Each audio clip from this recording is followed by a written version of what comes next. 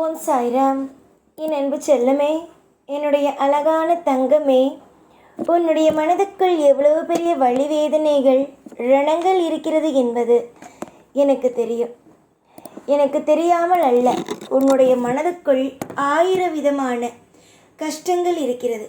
ஒவ்வொன்றும் வெளியே சொல்ல முடியாத விஷயங்கள். எப்போ பார்த்தாலும் அழுது கொண்டேதான் இருப்போமோ? வாழ்க்கையில் இன்பம் என்ற ஒன்றுக்குள் வரமாட்டோமோ என்ற எப்பொழுதுமே ஒரு கேள்விகள் உன் மனதுக்குள் இருந்து கொண்டு இருக்கிறது. நானே உனக்கு எடுத்து, அம்மா இந்த விஷயத்தை செய், அந்த விஷயத்தை செய் என்று சொன்னால் கூட உன்னுடைய மனமோ ஏற்றுக்கொள்வது இல்லை என்பதுதான் உண்மையானது. அதுதான் நிதர்சன உண்மை. நீ எப்பொழுதும் என்னிடம் சொல்வது, எனக்கு அதிகமான யோசனைகளையும் அதிகமான விஷயங்கள் அனைத்தையும் எனக்கு சொல்கிறீர்கள். ஆனால் எப்போ பார்த்தாலும் எனக்கு நல்லது நடப்பதற்கு எதற்கு காலதாமதம் ஆகுகிறீர்கள் என்பதுதான் நீ கேட்கும் மிகப்பெரிய ஒரு விஷயமே.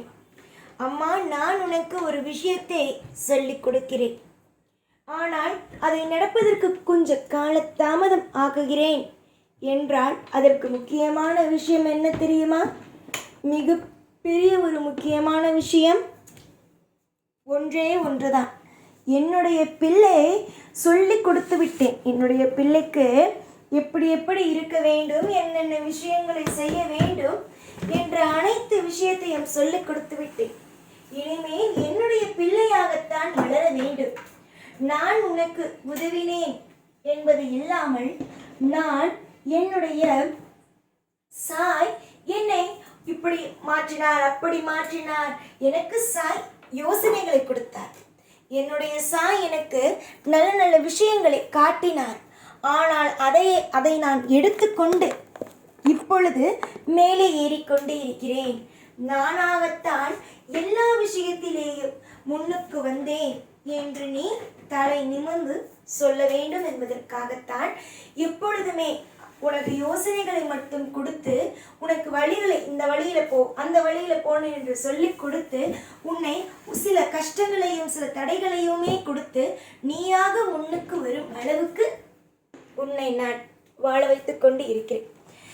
சமீப காலமாக நீ சிறு வயதில் இருந்ததை எல்லாம் விடு. சமீப காலமாக நன்றாக யோசித்துப்பார், உனக்கு யார் உதவி செய்தாய் என்று.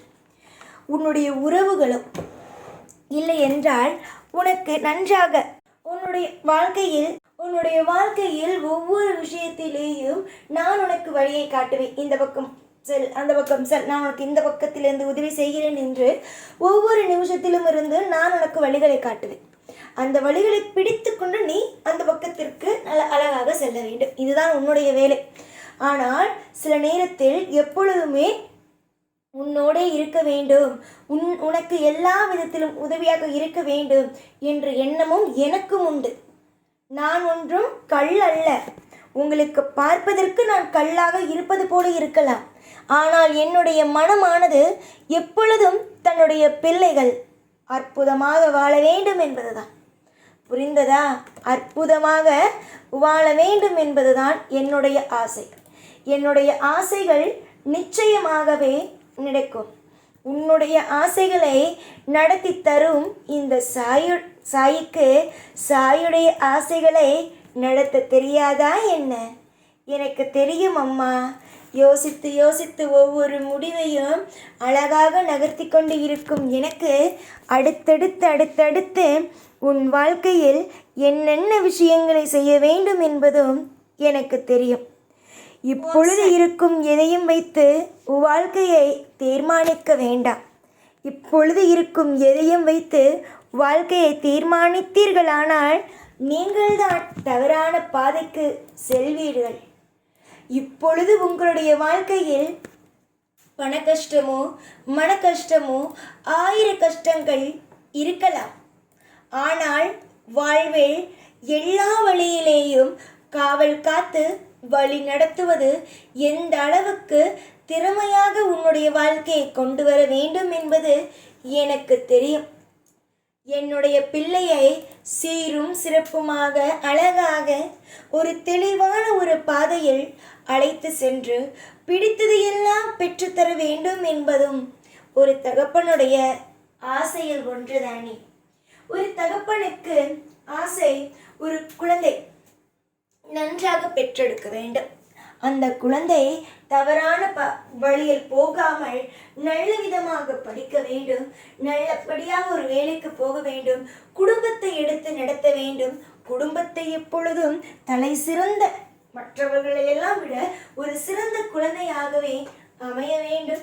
இப்படி 1000 விஷயங்கள் இருக்கும். கடைசி காலத்தில் தன்னுடைய பிள்ளை தன்னை பத்திரமாக ஒரு குழந்தை போல மாற்றிக்கொள்ள வேண்டும் என்பது எல்லாமே ஒரு தாயுடைய ஒரு ஆசையும் ஒரு தகப்பனுடைய ஆசையும். புரிகிறதா? அந்த தாயும் தகப்பனும் எப்படி நினைக்கிறார்களோ அது அந்த பிள்ளை செய்தால் பெற்றவர்களுடைய மனமானது குளிரும். அப்படி இருக்கும்போது நீ என்னென்ன விஷயமெல்லாம் செய்ய போகிறாய் என்பது ஏற்கனவே எனக்கு தெரியும். அதற்படியே வாழ்க்கையில் ஒவ்வொன்றையும் நகர்த்தி நகர்த்தி நகர்த்தி வாழ்க்கையில் ஒவ்வொன்றையும் கொண்டு வருவேன். எல்லாமும் தெரிந்த நான் உன்னை ஒரு பொழுதும் கைவிட மாட்டேன். எனக்கு எதுவுமே தெரியாது என்றால் நீ என்னிடம் கோபம் கொள்ளலாம்.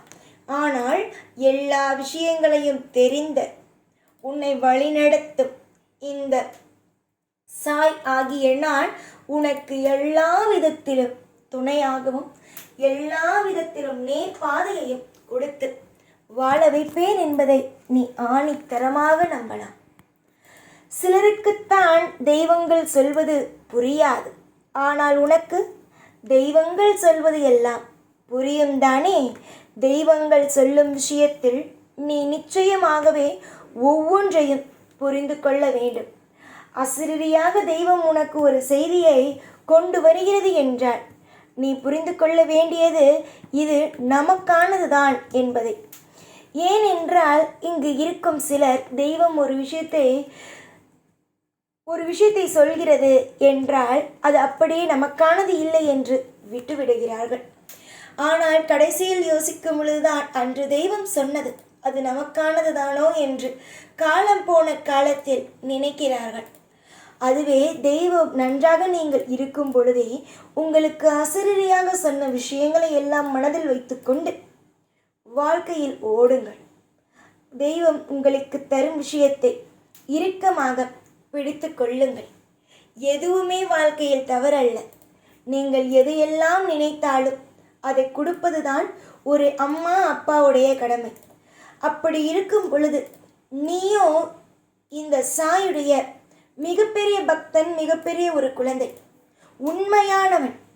எந்த நிலையிலும் சாய்க்கு எதையும் தெரியாமல் செய்யக்கூடாது. சாயிடம் எல்லா விஷயத்தையும் சொல்லிவிட வேண்டும் என்று நினைக்கும் குழந்தை. அப்படி இருக்கும் உண்மையான தூய்மையான குழந்தைக்கு இந்த சாய் எப்படி துரோகங்களை செய்வேன், ஏமாற்றுவேன், பிடிக்காத விஷயத்தை கொடுப்பேன், பிடித்த விஷயத்தை எப்படி கொடுக்காமல் இருப்பேன். பார்த்து கொள்ளலாம். அனைத்து விஷயங்களையும் பார்த்து கொள்ளலாம். நலமுடனும் வளமுடனும் அமைத்து தருவது என்னுடைய கையில் இருக்கும் பொழுது மற்ற எதையும் நினைத்து கவலை கொள்ள வேண்டாம். நிம்மதியோடு நீ இருந்தால் எல்லாமும் சுபமே. கவலையை விட்டுவிட்டு நிம்மதி என்ற ஒன்றுக்குள் ஓடுங்கள். நிம்மதி உங்களை துவங்க ஆரம்பிக்கும். சந்தோஷம் உங்களை தொட்டுவிட்டது என்றால் அதற்கு பிறகு உங்களை யாராலும் எதுவும் செய்ய முடியாது. நல்லதே செய்வேன், எப்பொழுதும் உங்கள் கூடவே இருப்பேன். இந்த சாய்நாத். ஓம் சாய்ராம்.